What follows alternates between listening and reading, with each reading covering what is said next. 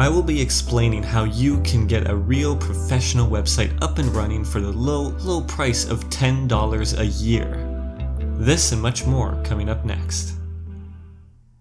Today's video is sponsored by Woundspix. Woundspix is an online builder. I'm joking. This video isn't sponsored by anybody. I see too much of these sponsored by online web creators things. As happy as I am to see that certain companies are trying to make it more accessible to create websites, I think it's standardizing it. Every website is just another cookie cutter clone with a different frosting color. And sometimes it can be a little pricey. It is a business after all. This is where I come in. I wasn't lying when I said that I managed to make a website that only costs me $10 a year. So how did I do this? First, we need to answer a very simple question. What is a website? Generally, we could all agree that it's some place online that you can go by searching or writing in the URL. But there exists different types of websites, each with their own level of difficulty to create. Let's just say that creating an online portfolio might be a little easier than creating something like YouTube or Facebook. It's a difference between a static web page and a dynamic web page. A static web page delivers exactly what is written in the code, in contrast to a dynamic web page which is generated on demand. Don't be mistaken, a static web page can be very interactive. Static doesn't mean that nothing moves on it. You can still have links and navigation. Just think of YouTube or Facebook. These websites are more like applications than anything else. In fact, that is probably why there are apps as well. Every time you go on Facebook, the page seems to have the same overall design, but all the content is generated just for you. Your YouTube is very different than everybody else's. It's based on various information like who you've watched and subscribed to, who you've friended and blocked. Most of these online web builders only allow you to make static web pages, or very basic dynamic pages for e-commerce or blogs. This isn't inherently bad, it's just a little limiting. But if you never plan on using more advanced features, then it works out. But because everyone has the same features, what makes your page different than any other? Nothing more than content? Just like every channel on YouTube, it becomes extremely hard to be different and for others to find you if you don't already have a following. So no matter how good your content is, you're playing with very limited resources to make a first impression. Banner, thumbnail, the title. What you want to give your users is a customized and tailored web page just for them. Make them feel special. This is where I finally explain how you can start in 5 simple steps.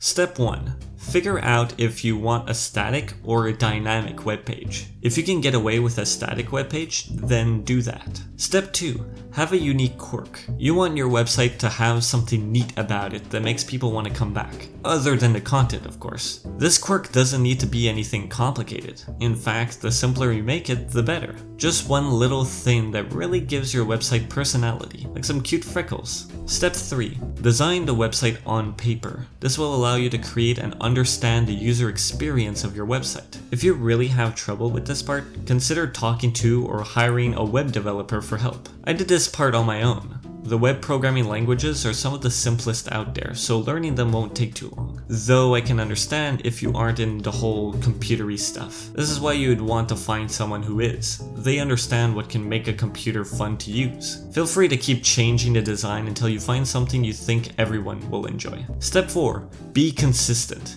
Consistent design on every page, consistent content on 1 or 2 related subjects, consistent color palettes, consistent everything.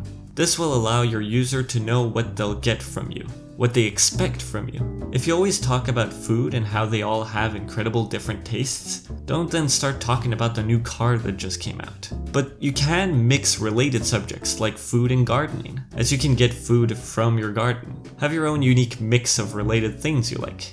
Step 5. Don't give up. It'll be hard. You'll often feel like you aren't going anywhere. You'll feel like you're watching videos that seem to skip over the point of what you were originally looking for.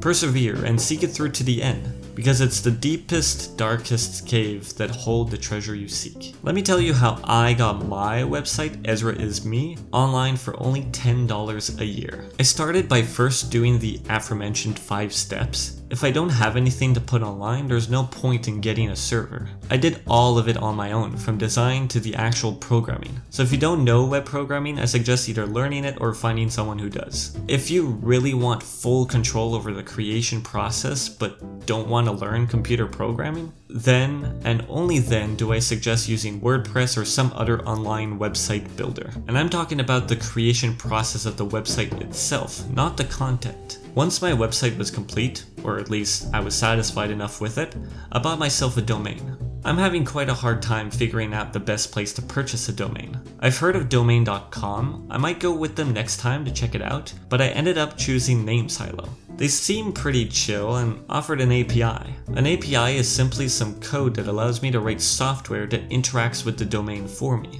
I used it to save a buttload of cash. You see, hosting a website can be a little expensive, so instead of renting a server, I just hosted it on my own computer. Usually to do this you need a static IP. I don't. This means my IP keeps changing and I need to reconfigure Namesilo every time to use my new IP. It changes randomly every month or so. This is where the API comes into use. I wrote a little program that automatically changes the Namesilo configuration of my domain every time my program detects that my IP changes. This is great, but a bit risky because it means that you have all the responsibility if you get hacked. I am not immediately scared as I have no sensitive information on any computer at home, including the server, as well as not having enough users for that to really be an issue. But I would consider getting a server later on. Once you have 1,000 or more users, either way the site would most likely be making enough profit to pay itself a server. And if you're doing anything with passwords, I suggest getting an SSL certification. Yet another thing I didn't get just yet since I'm pretty small, but do get it later when you grow.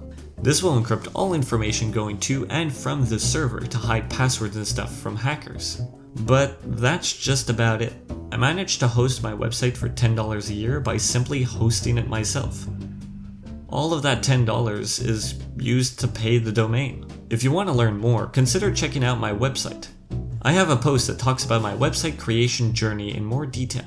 I'll leave a link to it and everything else in the description of this video, as well as in the post itself. I hope this video has enlightened you a bit. If it did, make sure you liked the video. If it sucked, dislike the video and tell me why in the comments below. Subscribe if you want more content like this, and consider checking out my website, ezraiz.me. Thank you, and I'll see you next time.